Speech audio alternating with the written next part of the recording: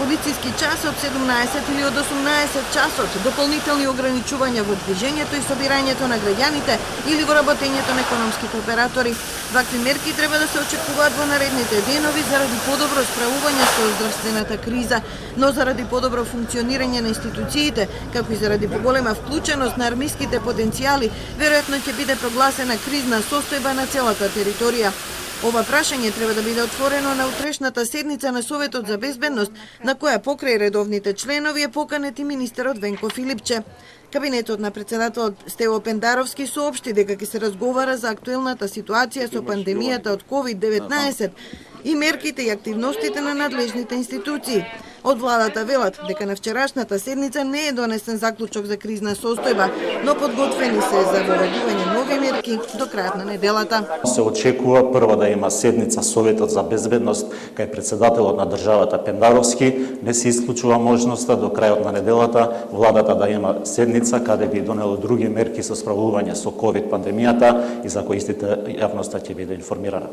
Ова би било прв пат да имаме кризна состојба на целата територија на државата. Адвокатот Глигор Ќатовски, кој направи споредба меѓу кризна и вонредна состојба, вели дека владата сега нема да има право да носи уредби со законска сила.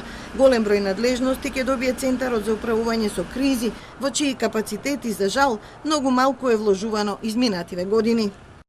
Оно што би може да го очекуваме е генерално ограничување на движењето на граѓаните, прогласување на еден вид на полициски час. Тука очекувам нормално постои законска можност армијата да помогне во спроведување на ваквите мерки, полицијата и така да веќе видовме дека председателот изрази подготвеност да вклучи армијата во спроведување на ваквите мерки. Така да мислам дека тоа биле горе-долу истите мерки кои што ги видовме и за време на водредната состојба. При првиот корона бранд во услови на распуштено собрание, председателот Пендаровски прогласи вонредна состојба. За повторно воведување неопходни се гласовите на 80 пратеници. Кризната состојба во трајање од 30 дена може да ја прогласи владата, а за подолг период повторно треба да одлучува собранието.